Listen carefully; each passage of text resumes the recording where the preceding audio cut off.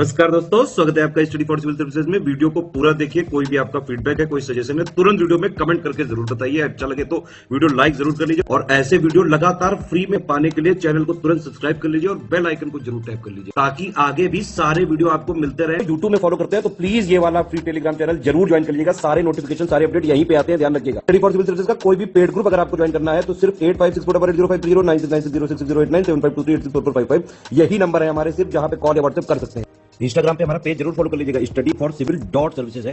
Twitter पे हमको जरूर फॉलो कर लीजिएगा, @स्टडी फॉर सिविल्स है।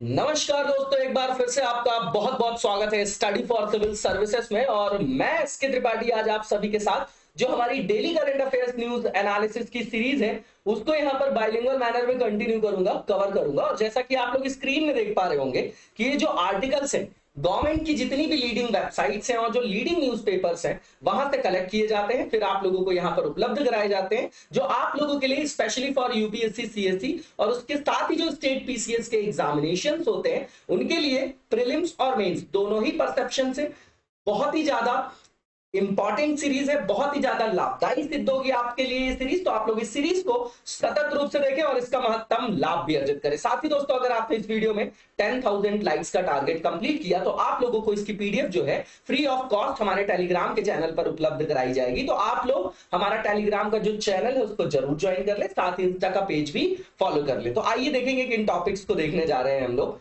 तो सबसे पहला टॉपिक यहाँ फ्लड से रिलेटेड है, डिजास्टर मैनेजमेंट में पढ़ना है, बिल्कुल सिंपल टॉपिक है। और कभी भी जब हम डिजास्टर को पढ़ रहे होते हैं तो उसका मैनेजमेंट कैसे किया जाना उसको 3 डोमेन में ही पढ़ा जाता है कि जब कोई डिजास्टर है तो एक तो प्रिवेंटिव मेजर हो जाएगा, एक क्यूरेटिव हो जाएगा और एक उस डिजास्टर के दौरान हम कैसे रिस्पॉन्ड करते हैं ये इंपॉर्टेंट हो जाता है ना। तो जो सेकंड आरसी रिपोर्ट देखेंगे उसमें बहुत अच्छे तरीके से इसी पैटर्न पे जो है डिक्टेट किया है। तो हमारे लिए सबसे बेस्ट जो है वही एक स्ट्रक्चर है जिसमें हमको आंसर भी लिखना है और इसी तरीके से हमको पढ़ना है। ठीक है, तो इसको देखेंगे, हम फ्लड के बारे में चर्चा करेंगे, थर्ड पेपर में ये आप रख सकते हैं। ठीक है, इसके बाद जो दूसरा यहाँ पर टॉपिक है नेशनल हैंडलूम डे। अब देखिए इस दिन को जो है नेशनल हैंडलूम डे को क्यों मनाया गया कि स्वदेशी आंदोलन में भी आप लोगों ने देखा होगा कि किस तरीके से जो है इसको हमने महत्ता दिया, स्वदेशीकरण का एक आयाम है। दूसरी चीज, आज भी ये आपका कैसा सेक्टर है, कैपिटल इंटेंसिव नहीं है, लेबर इंटेंसिव है। इसका मतलब ज्यादा से ज्यादा लोगों को रोजगार, और उसमें भी सबसे रोचक बात यह है कि 70% जो यहां पर एम्प्लॉयड है वो वुमेन्स है। तो कहीं ना कहीं वुमेन्स को भी यहां से एम्पावरमेंट हो रहा है उनका। ठीक है, तो ये हमारे लिए बहुत इंपॉर्टेंट है। टेक्सटाइल सेक्टर हमेशा इंपॉर्टेंट है ना। इसको हम जो है थर्ड पेपर में रखेंगे इंडस्ट्री में। इसके बाद क्विट इंडिया मूवमेंट की बात करेंगे, 8 अगस्त के कारण ये वापस से न्यूज में आया है और वैसे भी इंपॉर्टेंट है ये हमारे लिए। ठीक है, इसके बारे में सब आप लोगों ने पढ़ा भी होगा, ये आपका कोर पार्ट है, इसको आपको वैसे भी प्रिपेयर करके हमेशा जो है अपने पास रखना चाहिए। तो इसको देखेंगे। ठीक है, ये आपका मॉडर्न हिस्ट्री का पार्ट है, जीएस पेपर 1 में रख सकते हैं। जो इसके बाद का हमारा आर्टिकल है मिनरल सिक्योरिटी पार्टनरशिप है, जैसे आप रेयर अर्थ मटेरियल वगैरह देखते होंगे, है ना। और भी जैसे जो आपकी आज की टेक्नोलॉजी में इलेक्ट्रॉनिक सेक्टर में जिनका बहुत ज्यादा इंपॉर्टेंस है, जैसे निकिल है, कोबाल्ट है, लिथियम है ना। तो इन सब की शॉर्टेज ना हो, क्योंकि आप देखेंगे कि जैसे रेयर अर्थ मटेरियल है उसमें डोमिनेंस चाइना का है। ठीक, और वो लगातार जो है उसमें अपनी जो पकड़ है और मजबूत करता जा रहा है। अफ्रीका में उसने जो है पार्टनरशिप कर रखी है, वहां जो है वहां समझौते कर रखे। तो उसके एक विकल्प के रूप में इस तरीके की पार्टनरशिप किया जा रहा है और ये भारत के लिए भी हित में है। क्यों? क्योंकि हम भी आत्मनिर्भर भारत को प्रोत्साहित कर रहे हैं और हमारी डिपेंडेंसी का विकल्प होना जरूरी है। क्योंकि जब हम एक ही जगह किसी भी सोर्स पे जब डिपेंडेंसी हो जाती है हमारी, और मान लीजिए कि आईआर के लिए ये खतरनाक है, नेशनल सिक्योरिटी के लिए भी खतरनाक है कि कभी हमारे रिलेशंस खराब किए और अगर चाइना ने सप्लाई बंद कर दी तो हमारे यहां तो ये पूरी की पूरी इकोनॉमी में मल्टीप्लायर इफेक्ट के तौर पर जो है ऋणात्मक प्रभाव डालेगा, है ना। तो इसको देखेंगे हम लोग, ये थर्ड पेपर का पार्ट है। इसके बाद आत्मनिर्भर भारत इन डिफेंस मैन्युफैक्चरिंग लगातार देख रहे हैं आप लोग, है ना। ये टॉपिक जो है, और इसका सबसे बड़ा रीजन यही है कि भैया अगर हम डिफेंस में इतना ज्यादा स्पेंड करते हैं पैसा, हमारा जो लोक निधि है, जो भारत की निधि है, उसका बहुत बड़ा एक भाग जो है इस क्षेत्र में चला जाता है। अब अगर इसको हम मैन्युफैक्चर करने लग जाए डोमेस्टिक डोमेन में तो लोगों को एम्प्लॉयमेंट भी मिलेगी और हमारी जो डिपेंडेंसी है ना फॉरेन कंट्रीज में, वो कम हो जाएगी। तो हमारा जो राजकोषीय दायरा है वो बढ़ेगा, वहां पर धनात्मक प्रभाव पड़ेगा।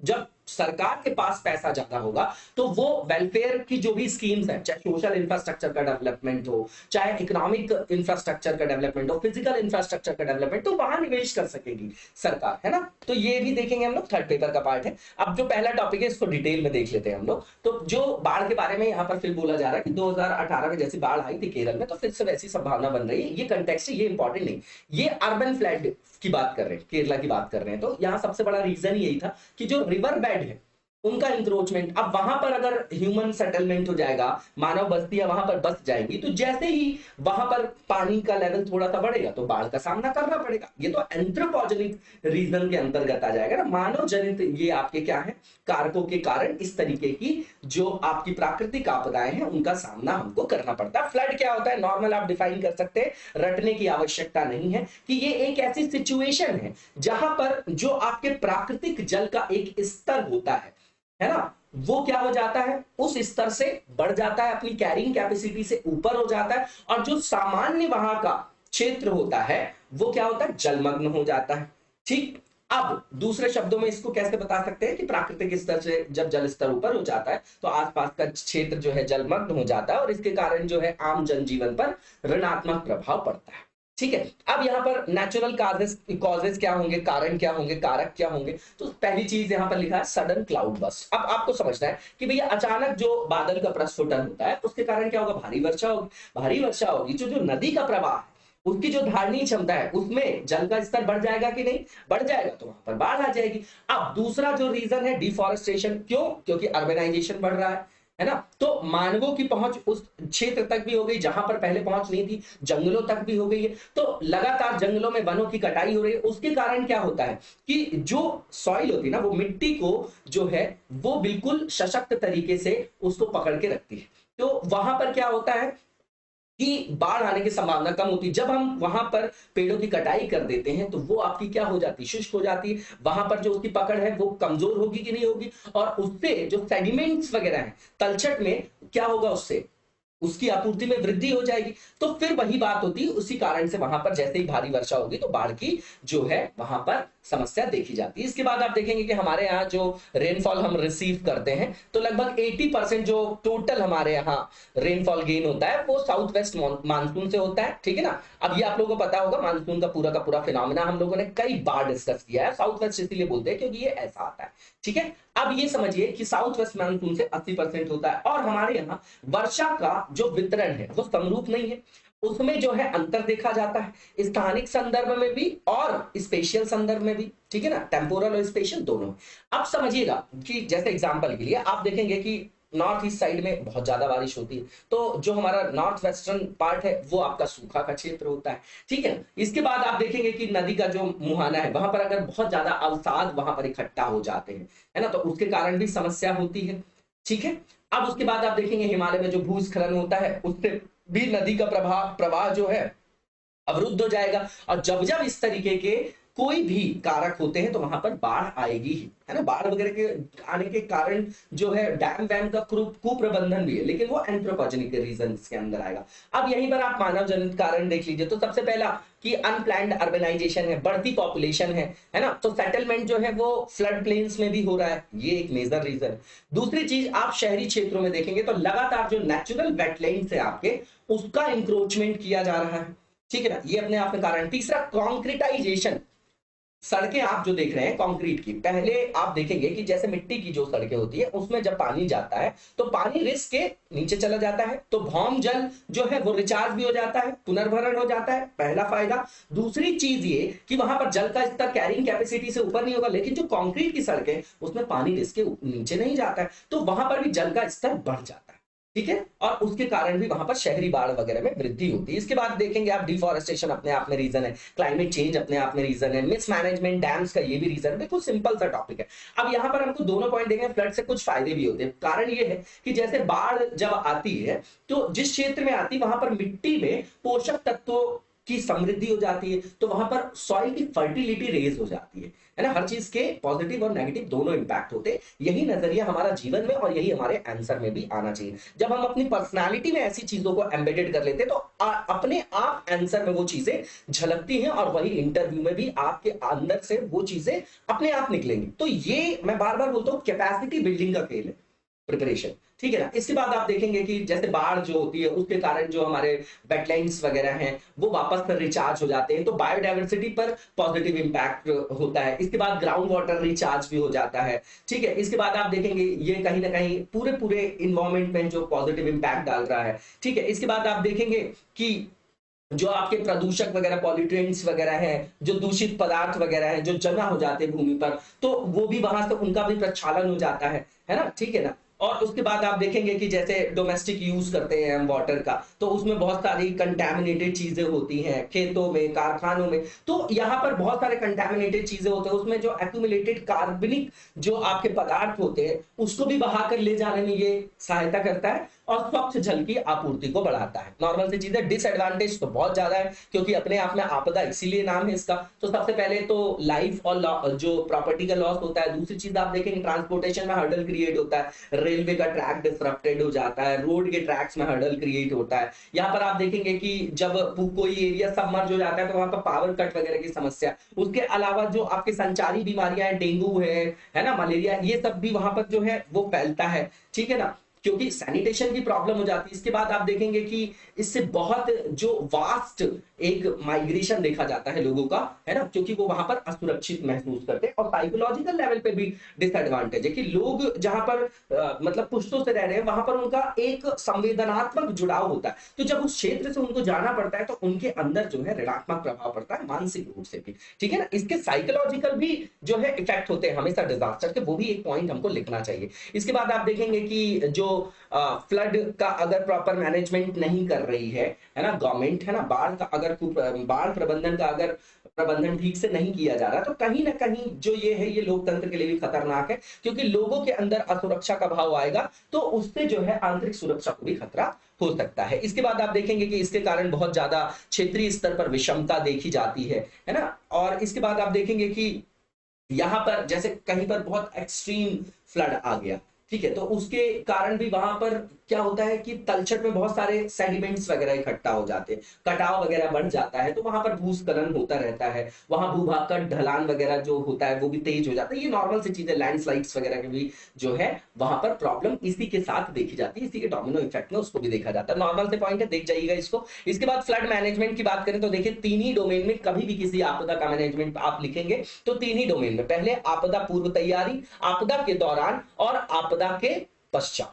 तो आपदा से पहले का मतलब प्रिवेंटिव मेजर हो गया, हम वैसा इंफ्रास्ट्रक्चर बनाएं, हम वैसी मैपिंग करें कि भैया कौन कौन सी आपदा, ये सारी आपदाओं की बात कर रहा हूं, ये तो बाढ़ की बात है कि बाढ़ है, सूखा है, अगर भूकंप है, तो उस तरीके की मैपिंग कर ले कि कौन से क्षेत्र जो है उस आपदा के लिए जो है वो वल्नरेबल है, पहले मैपिंग कर लिया। मैपिंग करने के बाद हम ये देखेंगे कि वहां पर जो आम लोगों का रहवास है, जो बस्तियां है, वो कम से कम हो सके, ठीक है। इसके बाद वहां पर ये इंफ्रास्ट्रक्चर हमने रेडी कर लिया किस तरीके से, प्रिवेंटिव मेजर के तौर पे। अब जब आपदा आ गई उस दौरान हमारा रिस्पॉन्ड कैसा होता है, तो आपने डिजास्टर मैनेजमेंट एक्ट पढ़ा होगा, उसके अंतर्गत वो एनडीआरएफ के बारे में भी पढ़ा होगा, है ना। और उसके बाद कम्युनिटी पार्टिसिपेशन, उसके बाद वहां पर तत्काल राहत के लिए उनको जो आवश्यक जीवन जीने के लिए जो सामग्री है उसकी सप्लाई होना, साइकोलॉजिकल लेवल में उनको काउंसलिंग देना, कहीं पर जो है एक ऐसी जगह बनाना जहां पर उनको सेटल डाउन किया जा सके, है ना। तो ये सब मेजर्स लिए जाते हैं। और उसके बाद की बात करें, आपदा के बाद तो वापस से जो इंफ्रास्ट्रक्चर में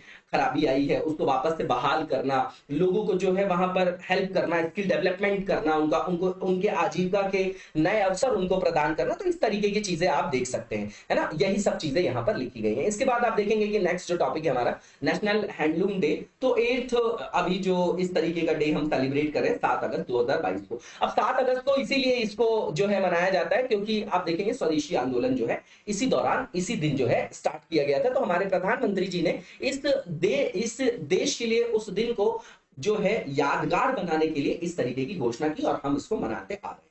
अब इसका मतलब क्या, प्रमुख बिंदु आप देखेंगे तो पूरे देश में जो है ये दिवस मनाया जाता है, किसके तत्वाधान में, तो भैया मिनिस्ट्री ऑफ टेक्सटाइल के अंतर्गत। अब इसका फोकस किस पर है, तो सीधी बात है, हैंडलूम इंडस्ट्री को प्रमोट करना है। इसका जो उद्देश्य है वो ये है कि इस सेक्टर के बारे में लोगों में अवेयरनेस जो है वो क्या हो, रेज हो। इसके बाद आप देखेंगे कि ये डे जो है हाईलाइट करता है कहीं ना कहीं जो है कम्युनिटी पार्टिसिपेशन को, ठीक है। और किस कम्युनिटी की बात कर रहे हैं आप यहां पर देखेंगे तो जो आपके ग्रामीण समुदाय है वहां के बहुत सारे लोग इस क्षेत्र में रोजगाररत हैं, ठीक है। तो इस दिन के माध्यम से जो है इस क्षेत्र में जो बुनकर समुदाय का योगदान है उस संदर्भ में भी जागरूकता को बढ़ाया जाता है, उसका प्रसार किया जाता है। उसके बाद आप देखेंगे कि जो भारतीय निर्मित कोई भी उत्पाद है तो उन पर निर्भरता बढ़ाना, कुल मिला के आत्मनिर्भर भारत को कहीं ना कहीं से ये आपका कोप अप कर रहा है कि नहीं कर रहा है ना, उसके लिए सप्लीमेंट की तरह काम कर रहा है। और स्वदेशी उद्योगों को यहां से हमको प्रोत्साहित भी किया जा रहा है, विशेष रूप से किसको, जो हथकरघा बुनकर होते हैं। आप दो चीजें देखेंगे, हैंडलूम भी होता है, पावर लूम भी होता है ना, तो यहाँ हैंडलूम को ज्यादा क्या किया जा रहा है, प्रोत्साहित किया जा रहा है। इसके बाद आप देखेंगे हैंडलूम जो सेक्टर है तो ये मैंने पहले ही बताया कि ये बहुत ज्यादा इंपॉर्टेंट जो है, सिग्निफिकेंट इसका रोल है एम्प्लॉयमेंट जनरेशन में, जो एम्प्लॉयमेंट प्रोवाइड कराता है रूरल सेक्टर में। और उसमें भी सबसे ज्यादा इंपॉर्टेंट है क्योंकि ये वुमेन एम्पावरमेंट का भी एक कारक है। क्यों, क्योंकि यहाँ पर लगभग 70% जो आपकी वीवर्स हैं वो आपकी क्या है, वुमेन्स है, ठीक है। इसके बाद आप देखेंगे कि हमारे जो एक्सपोर्ट है हैंडलूम सेक्टर के वो कई सारी कंट्रीज में जाते हैं, more than 20 countries across the globe, तो USA, UK, Germany, France, South Africa. इसके बाद आप देखेंगे कि इसके जो हैंडलूम के संदर्भ में आप देखेंगे तो ये आपकी यहां पर आप देखेंगे कि बहुत कम यहां पर किसकी जरूरत होती है, कैपिटल की। हम लोग कंपैरेटिव बात कर रहे हैं, उसके बाद मिनिमल ही यहां पर पावर की भी जरूरत होती है, तो ये हमारे लिए विन विन सिचुएशन है। इसके बाद आप देखेंगे कि ये सेकंड लार्जेस्ट सोर्स है एम्प्लॉयमेंट का आफ्टर एग्रीकल्चर आज भी इंडिया में, टेक्सटाइल और हैंडलूम सेक्टर की बात कर रहे हैं, है ना। टेक्सटाइल सेक्टर की बात करेंगे तो बहुत सारा फॉरेक्स भी हमको गेन होता है, वो पॉइंट इसमें नहीं है। इसके बाद आप देखेंगे कि साड़ी डिप्लोमेसी हो गई, आपकी खादी डिप्लोमेसी हो गई, तो ये एग्जाम्पल है हमारी विदेश नीति के अंतर्गत भारत की सॉफ्ट पावर का। हिस्टोरिकल इसका पर्सपेक्टिव देखेंगे तो 7 अगस्त 1905 को भारतीय स्वतंत्रता संग्राम आंदोलन के दौरान आप देखेंगे कि जब कलकत्ता विभाजन की घोषणा होती है तो हमने स्वदेशी आंदोलन को स्टार्ट किया था, उसी के एक हिस्से के रूप में आप इसको भी देख सकते हैं, इसकी महत्ता को आप वहां से जो है संदर्भित कर सकते हैं। इसके बाद आप देखेंगे कि स्वदेशी आंदोलन भी इसीलिए स्टार्ट किया गया था कि हम अपने देश में बनाई हुई चीजों पर डिपेंडेंट हो, तो कहीं ना कहीं जो है ब्रिटिश राज पर, ब्रिटिश अर्थव्यवस्था पर ऋणात्मक प्रभाव पड़ेगा और हम आत्मनिर्भर बनेंगे, ठीक। इसके बाद और डोमेस्टिक प्रोडक्शन भी जो है वो बूस्ट होगा। इसके बाद आप देखेंगे 7 अगस्त को नेशनल हैंडलूम डे जो सेलिब्रेट करने का, ये आपका जो सेलिब्रेट करने का आयाम अपनाया गया हमारे प्रधानमंत्री जी के द्वारा, तो इसीलिए किया गया क्योंकि इसी दिन जो है स्वदेशी आंदोलन की शुरुआत हुई थी। महात्मा गांधी जी ने भी देश में आत्मनिर्भरता को बढ़ावा देने के लिए, गांवों को आत्मनिर्भर बनाने के लिए जो है इसको, खादी का उपयोग किया था राष्ट्रीय आंदोलन के दौरान, और इसको एक पैसिव रेजिस्टेंस के रूप में इन्होंने क्या किया, उसी के एक उपागम के रूप में इस्तेमाल किया महात्मा गांधी जी ने ब्रिटिश शासन को भारत के संदर्भ से, मतलब भारत से उखाड़ फेंकने के लिए, है ना, ठीक है। अब यहां पर आप देखेंगे कि साधारण चरखा का उपयोग करने के लिए उन्होंने आह्वान किया बहुत सारे सभी लोगों से और बोला कि आप गर्व से इसको यूज करो, खादी पहनो, ठीक है ना, तो इसी से हम आत्मनिर्भर होंगे। इसके बाद आप देखेंगे कि जो नेक्स्ट हमारा आर्टिकल है उसको देखेंगे हम लोग, तो बताया गया है यहाँ पर, और ये कब जो है इसकी घोषणा हुई थी कि जो राष्ट्रीय हथकरघा दिवस 7 अगस्त को मनाया जाएगा, सेलिब्रेट किया जाएगा, 2015 में मोदी जी ने इसकी घोषणा की थी, ठीक है। अब यहाँ पर जो क्विट इंडिया मूवमेंट है, नेक्स्ट हमारा आर्टिकल है, 8 अगस्त 2022 को हम 80 नंबर की आपकी जो एनिवर्सरी है क्विट इंडिया मूवमेंट की वो सेलिब्रेट कर रहे हैं। ये कंटेक्स्ट हो गया आपका, है ना। प्रीलिम्स में डेट पूछी जा सकती है, इंपॉर्टेंट है आपका, है ना। प्रीलिम्स में एक स्टेटमेंट में पूछ सकता है यूपीएससी, और स्टेट पीसीएस में तो पूछी जाती है डेट। अब इसमें इंपॉर्टेंट पॉइंट देख लें। सबसे पहली चीज, भारत छोड़ो आंदोलन क्यों स्टार्ट हुआ, है ना, हमारे पढ़ने का तरीका, है ना। तो आप देखेंगे सेकेंड वर्ल्ड वॉर में जो भारत से बिना पूछे हमको सम्मिलित कर दिया, है ना, ब्रिटिश सरकार ने, पहला ये। दूसरा चीज, हम जो है अपूर्ण स्वतंत्रता की मांग कर रहे थे, है ना, हमारे शासन में जो है हमारे द्वारा ही किया जाए। अब ये जो है अभी भी स्वायत्तता की बात कर रहे थे, तो हम जो है स्वतंत्रता के अंतिम पड़ाव पर थे, ठीक है। क्रिप्स मिशन वगैरह जो है वो फेल हो चुका था, ठीक है ना। तो उन्हीं सबका जो है ये विरोध के संदर्भ में आप देखेंगे ये अंतिम कड़ी चल रही है। अब हम स्वतंत्रता की ओर अग्रसर है। भारत छोड़ो आंदोलन 8 अगस्त 1942 को शुरू किया गया। ठीक है। भारतीय कांग्रेस कमेटी का जो मुंबई अधिवेशन था उसमें इस प्रस्ताव को जो है पारित किया गया था। ठीक है। महात्मा गांधी द्वारा जो ग्वालियर टैंक है वहां पर जो है प्रसिद्ध नारा डू और डाई का दिया गया। ठीक है। और इसी मैदान को जो है अब अगस्त क्रांति मैदान के नाम से जाना जाता है। एक ये इंपॉर्टेंट फैक्ट है, याद रखिएगा कि जो स्लोगन दिया गया था क्विट इंडिया, इसको क्वाइंड किसके द्वारा किया गया था, तो यूसुफ मेहर अली है ना। यहां पर हम कंफ्यूज होके जो है वो गांधी जी का नाम जो है वो टिक कर देते हैं, वो गलत हो जाता है। ये याद रखिएगा, इंपॉर्टेंट फैक्ट है, यहां गलती होने की गुंजाइश होती है। इसके बाद आप देखेंगे कि अरुणा आसफ अली, जिनको ग्रैंड ओल्ड लेडी के नाम से भी जाना जाता है, भारतीय स्वतंत्रता संग्राम आंदोलन में इनकी बहुत महत्वपूर्ण जो है भूमिका रही है। तो इन्होंने भारत छोड़ो आंदोलन के दौरान जो मुंबई का ग्वालियर टैंक था वहां पर भारतीय ध्वज फहराया था, तो इसलिए भी ये जानी जाती है। इसके बाद आप देखेंगे कि यहाँ पर इसके मुख्य कारण क्या थे, तो क्रिप्स मिशन का फेल्योर था। दूसरी चीज, बिना इंडियन लीडर से पूछे हुए सेकेंड वर्ल्ड वॉर में हमको जो है वहां पर इंक्लूड कर दिया गया। अब इसका महत्व आप देखेंगे तो सबसे पहला महत्व तो यही है कि ये जो है एक तरीके से हमारी स्वतंत्रता में उत्प्रेरक का काम किया स्वतंत्रता आंदोलन में, और हमको अंतिमतः जो है इसने स्वतंत्रता भी दिलाई। और बड़े पैमाने पर जो है इसमें जन भागीदारी देखी गई, सभी वर्गों की भागीदारी देखी गई, और अहिंसक जन संघर्ष की भी यहाँ पर शुरुआत हुई। ठीक है। अब यहाँ पर इसके फेजेस अगर आप देखेंगे तो 3 फेज थे। पहला जो फेज था इसमें, तो सबसे पहले जो है वो अर्बन रिवोल्ट देखा गया, रिवोल्ट स्ट्राइक्स देखी गई, बॉयकॉट देखा गया। लेकिन जो सेकंड फेज था वो बहुत ज्यादा अहिंसक हो गया। इसमें मेजर पीजेंट जो आपके रिबेलियंस थे उन्होंने वहां पर रिबेल किया, और उन्होंने जो है बहुत सारे जो ब्रिटिश राज के सिंबल थे, जैसे रेलवे ट्रैक्स है, स्टेशन है, टेलीग्राफ वायर्स है, पोल्स है, गवर्नमेंट बिल्डिंग्स है ना, तो वहां पर जो है इन्होंने क्या किया, उनको नष्ट कर दिया। ठीक है। अब इसके बाद आप देखेंगे कि इस दौरान जो है ब्रिटिश भारत के विभिन्न हिस्सों में समानांतर सरकारों का गठन हुआ। इंपॉर्टेंट फैक्ट्स हैं ये। बलिया में चित्तू पांडे ने किया, तामलुक में विद्युत बहनियों के द्वारा किया गया, सतारा में वाईबी चौहान और नाना पाटिल, और तालचेर जो उड़ीसा वाला है वहां पर लक्ष्मण नायक। ठीक है। इसके बाद आप देखेंगे कि ब्रिटिश जो गवर्नमेंट थी वो क्या करती थी हर बार, तो फिर से उसने यही किया कि सेंसरशिप लगाया, और वहां पर जो न्यूज़पेपर्स थे, जो न्यूज के पब्लिकेशन थी, उनको उन्होंने उन पर प्रतिबंध लगा दिया। इसके बाद आप देखेंगे कि इस दौरान 1942 के अंत तक जो है 60,000 लोगों को जेल में डाला गया था और सैकड़ों लोग मारे गए थे।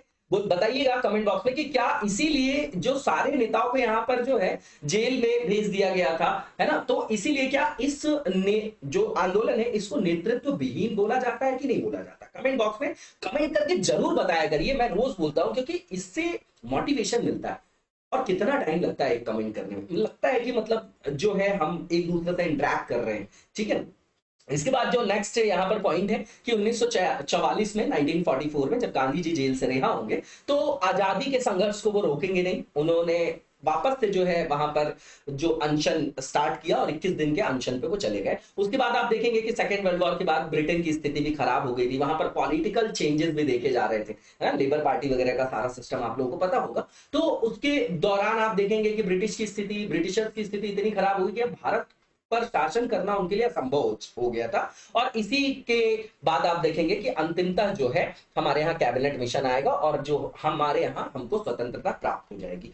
ठीक है। इसके बाद जो नेक्स्ट आर्टिकल है हमारा मिनरल सिक्योरिटी पार्टनरशिप, तो यहां पर जो आपके रेयर अर्थ एलिमेंट है वो क्या होते हैं ये देखेंगे हम लोग, और भारत इनकी आपूर्ति सुनिश्चित करने के लिए क्यों इतना जो है इच्छुक है कि वो इस तरीके की भागीदारी में शामिल हो जाए। तो सीधी बात है, हमारी जरूरत है, मैंने पहले ही बताया आपको। ठीक है। तो ये जो आपकी पार्टनरशिप है एक तरीके का नया इनिशिएटिव है जो आपके क्रिटिकल मिनरल सप्लाई चेन को जो है वो बूस्ट करेगा, उसके लिए एक पहल है। ठीक है। इसके बाद आप देखेंगे इसमें अमेरिका है, 10 और भी आपके साझेदार देश है, ऑस्ट्रेलिया है ना, साउथ कोरिया है आपका, कनाडा है, जर्मनी, जापान, फ्रांस, फिनलैंड है, स्वीडन है, यूके है आपका, और यूरोपियन यूनियन भी है इसमें, है ना, यूरोपियन कमीशन है, याद रखिएगा यूरोपियन कमीशन है आपका। ठीक है। अब ये जो है एक साथ आए हैं तो ये कहीं ना कहीं चाइना के विकल्प के रूप में भी इसको देखा जा रहा है। ठीक है। अब इसका प्राथमिक उद्देश्य क्या है इस समूह का, तो सीधी बात है कि इस क्षेत्र में पहली चीज तो ये जो मटेरियल है इसकी आपूर्ति जो है सतत रूप से होती रहे उसको सुनिश्चित करना, और इसके लिए सरकार और निजी क्षेत्र जो है दोनों को प्रोत्साहित करना, उत्प्रेरित करना कि वो यहाँ पर निवेश करें, है ना, सारे जो स्टैंडर्ड्स हैं उनको सिंक्रोनाइज करते हुए। इसके बाद आप देखेंगे कि जो नया ग्रुप है इसका फोकस जो है जो भी आपके मिनरल्स है, जैसे कोबाल्ट है, निकिल है, लिथियम है, और भी 17 जो आपके अलग से रेयर अर्थ मिनरल्स हैं, तो उनकी जो सप्लाई चेन है उसमें किसी तरीके का हर्डल क्रिएट ना हो। क्योंकि आप देख रहे हैं कि लगातार निकिल का प्राइस कितना बढ़ गया, कॉपर का कितना बढ़ गया, जैसे रशिया यूक्रेन का मुद्दा हुआ, अभी जो ताइवान वाला इशू बना हुआ, तो कहीं ना कहीं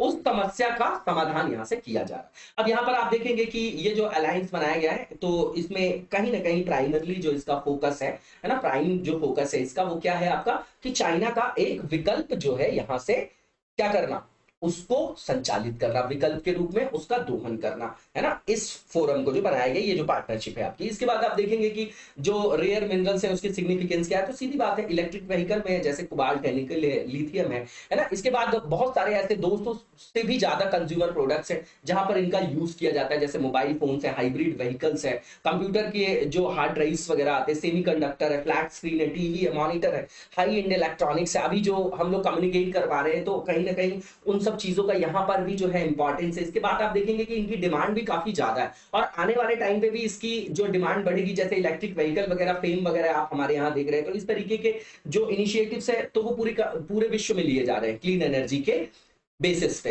है ना। तो इसकी आने वाले दशकों में भी डिमांड ज्यादा रहेगी, तो इसलिए भी ये इंपॉर्टेंट है। रेयर अर्थ मटेरियल की बात करें तो 17 इसमें जो एलिमेंट जो इंक्लूडेड है इसके अंतर्गत, है ना, इसमें 15 जो है वो लैंथेनाइट्स होते हैं। इनका एटॉमिक नंबर आप पीरियोडिक टेबल में देखोगे तो 57 से 71 है। ये सब याद नहीं करना है आप लोगों को जीएस के पर्सपेक्टिव से।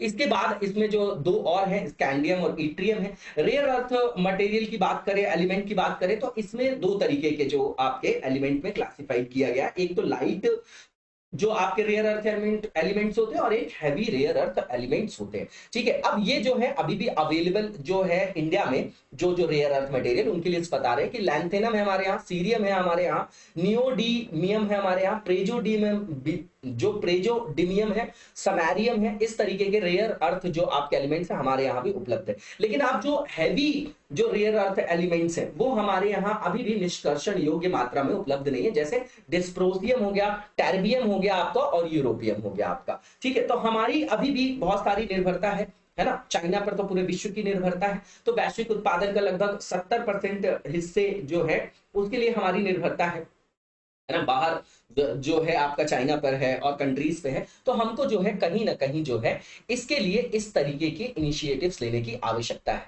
दूसरी चीज जो है कि हम आत्मनिर्भर भारत को प्रमोट कर रहे हैं, उसके लिए भी आवश्यक है ना। नई टेक्नोलॉजी में जहां भी यूज हो रहा है, आईसीटी वगैरह के जो इक्विपमेंट देख रहे हैं वहां भी इनकी उपयोगिता है।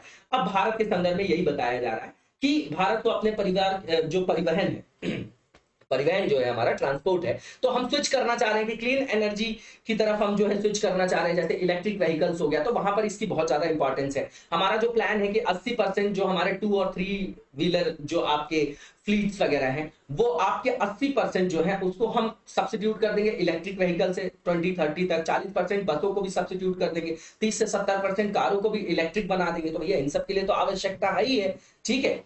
अब यहां पर ये समझिए कि अगर हमारे यहाँ इन संसाधनों की उपलब्धता नहीं है तो हमको इस तरीके के विकल्पों को अपनाना अपरिहार्य हो जाता है, ठीक है। इसके बाद जो नेक्स्ट और लास्ट आर्टिकल है आज का हमारा, आत्मनिर्भर भारत इन डिफेंस मैन्युफैक्चरिंग। तो सीधी बात है कि हम जो है हमारे यहाँ जो डिफेंस सेक्टर है, यहाँ पर हम डोमेस्टिक लेवल पे मैन्युफैक्चरिंग को प्रमोट कर रहे हैं, ठीक है ना। अब यहाँ पर आप देखेंगे कि इसी संदर्भ में हमारी जो आर्म्स को हम इंपोर्ट वगैरह करते हैं दूसरे देशों से, विदेशी राज्यों से, तो वो डिपेंडेंसी को हमको कम करना है। स्वदेशी आयाम पर यहाँ पर मैन्युफैक्चरिंग को हमको प्रमोट करना है। इसीलिए जो है comprehensive revamped make and innovation procedure को अभी इंट्रोड्यूस किया गया है। नॉर्मल सी चीज है। ये किस चीज में फैसिलिटेट करेगा, तो इंडिजीनियस डिजाइन बनाने में, डेवलपमेंट करने में, डिफेंस इक्विपमेंट में, और यहाँ पर प्राइवेट जो आपकी एंटिटी हैं, जो फर्म्स हैं, उनके भी पार्टिसिपेशन को जो है वहां पर प्रमोट किया जाएगा। और यहाँ पर गवर्नमेंट फैसिलिटेट करेगी फंडिंग देके, है ना, ये सब जो है असिस्टेंस उनको दिया जाएगा। और यहाँ पर जो है पॉजिटिव जो इंडिजेनाइजेशन लिस्ट भी बनाई गई है डिफेंस वेपन्स की, है ना, एक लिस्ट बनाई गई, बताया गया है कि इधर इधर जो है हम जो आयात कर रहे हैं, है ना, तो इनको जो है अब आयात नहीं करेंगे, हमारे यहाँ जो है हम मैन्युफैक्चरिंग करेंगे। तो इस तरीके की लिस्ट वगैरह भी बनाई गई है। अब इसका प्रभाव क्या होगा, तो सीधा प्रभाव ये है कि एक जो इनोवेशन इकोसिस्टम बनाया गया है डिफेंस के लिए, है ना, उसका टाइटल क्या, आईडीएक्स बोल रहे हैं जिसको, इनोवेशन फॉर डिफेंस एक्सीलेंस, ठीक है। तो ये कहीं ना कहीं जो हमारा डिफेंस सेक्टर है, एरोस्पेस सेक्टर है, तो यहाँ पर जो है इनोवेशन और टेक्नोलॉजी के एनहांसमेंट के लिए है ना। तो इसमें जो इंडस्ट्रीज को इंक्लूड किया गया, जैसे एमएसएमई है, स्टार्टअप है, इंडिविजुअल इनोवेटर्स है, एकेडमिया है, तो सारे स्टेक होल्डर्स को एक जगह लाके उनको जो है फंडिंग देना और भी जो आपका टेक्नोलॉजिकल लेवल पे सपोर्ट हो सकता है, तो सारे डायमेंशन में इनको सपोर्ट करना और जो भी पोटेंशियल है उसको मोबिलाइज करना ताकि हमारा जो डिफेंस सेक्टर है उस पर हम आत्मनिर्भर हो सकें।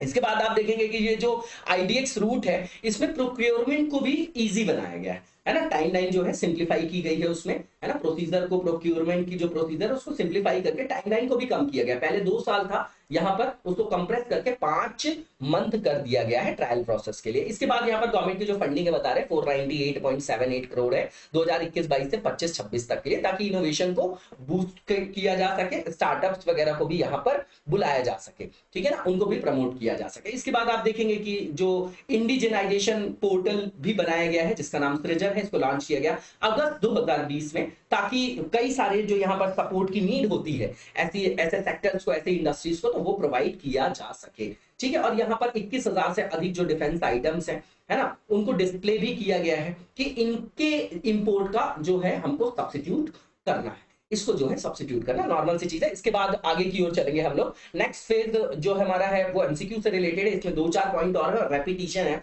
अब जो मेक 2 कैटेगरी है इसमें नोटिफाई किया गया है कि भैया किस तरीके से इंडिजीनियस जो है डेवलपमेंट किया जाएगा डिफेंस इक्विपमेंट का, कैसे उनकी मैन्युफैक्चरिंग की जाएगी, तो उनके लिए भी अलग से जो सूची बना के उसको नोटिफाई किया गया। उसके बाद जो ईज ऑफ डूइंग बिजनेस के लिए जो भी प्रावधान इनको फैसिलिटेट करने के लिए, तो उनको भी यहाँ पर इंप्लीमेंट किया गया है, उन पर विचार शुरू किया गया है। इसके बाद आप देखेंगे कि जो ट्रायल प्रोसेस है उसमें समय सीमा को कम कर दिया गया है ना, रेपिटेशन है ये। इसके बाद जो निर्यात प्रक्रिया है उसका भी सरलीकरण किया गया, उसको टोटली ऑनलाइन कर दिया गया है ना, तो कहीं ना कहीं ट्रांसपेरेंसी आएगी, ठीक है, और ये ईज ऑफ डूइंग बिजनेस है। इसके बाद आप देखेंगे कि देश में 6 से 8 green field defence testing infrastructure भी बनाने के लिए और घरेलू आयाम पर जो टेस्टिंग वगैरह होती है रक्षा उपकरणों की, तो उसके लिए अवसंरचना में बनाने में आत्मनिर्भरता हासिल करने के लिए हमने जो है रक्षा परीक्षण अवसंरचना की योजना भी रेडी की है। ग्रीन फील्ड का मतलब ये कि कहीं पर जो पहला कोई भी डेवलपमेंट ना हुआ हो, बिल्कुल न्यू डेवलपमेंट हुआ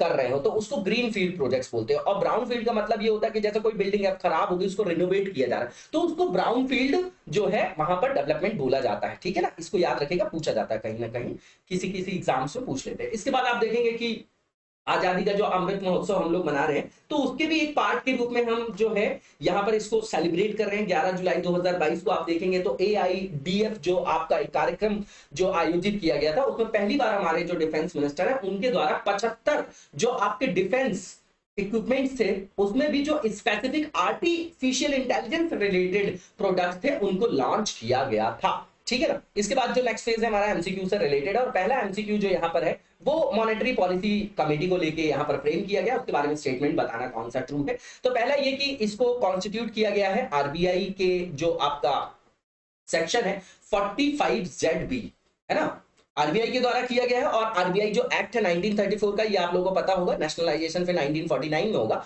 तो इस एक्ट के थ्रू जो है किसके द्वारा किया गया, आरबीआई के द्वारा, और कौन सा सेक्शन है ये 45ZB, बिल्कुल ठीक है पहला स्टेटमेंट। दूसरा जो स्टेटमेंट है कि इसको चेयर कौन करता है कमेटी को, तो गवर्नर करते हैं आरबीआई के, और इसका एम क्या है, तो इन्फ्लेशन को टारगेट किया जाता है। इसमें एक बेल्ट बनाई गई है 2 to 6%, उर्जित पटेल कमेटी वगैरह आप लोगों ने पढ़ा होगा, उसी संदर्भ में है। तो इस बेल्ट में जो है वो आपके इन्फ्लेशन को जो है मेंटेन करना है, ठीक है ना, पर्टिकुलर यहाँ पर टारगेट लेवल जो है डिसाइड किए गए हैं, और इसके जो आयाम होते हैं आप देखते हैं ना, रेपो, रिवर्स रेपो, उसी के द्वारा किया जाता है, ठीक है। तो तीसरा स्टेटमेंट भी ठीक है। और चौथा स्टेटमेंट ये है कि इस कमेटी की जो मीटिंग होती है एक साल में, वो एटलीस्ट 4 बार होती है, मतलब 3 मंथ में एक बार आती है ना, रिव्यू करने के लिए। तो चारों स्टेटमेंट बिल्कुल ठीक है, इसका आंसर आपका ऑल ऑफ द अबव हो जाएगा क्योंकि सही पूछा गया था। इसके बाद जो नेक्स्ट क्वेश्चन है हमारा, यहाँ पर देखिए थोड़ा सा टाइपिंग मिस्टेक हुई है ना, ये जो है आपका, अब ये एक तरफ हिंदी में अफ्रीकन स्वाइन फीवर लिखा हुआ है, आप इंग्लिश की तरफ देखिए कि यहां पर जो स्टेटमेंट दिए गए पार्टीशन हॉरर्स रिमेम्बरेंस डे के बारे में है ना, विभाजन को लेके जो बात की थी हमारे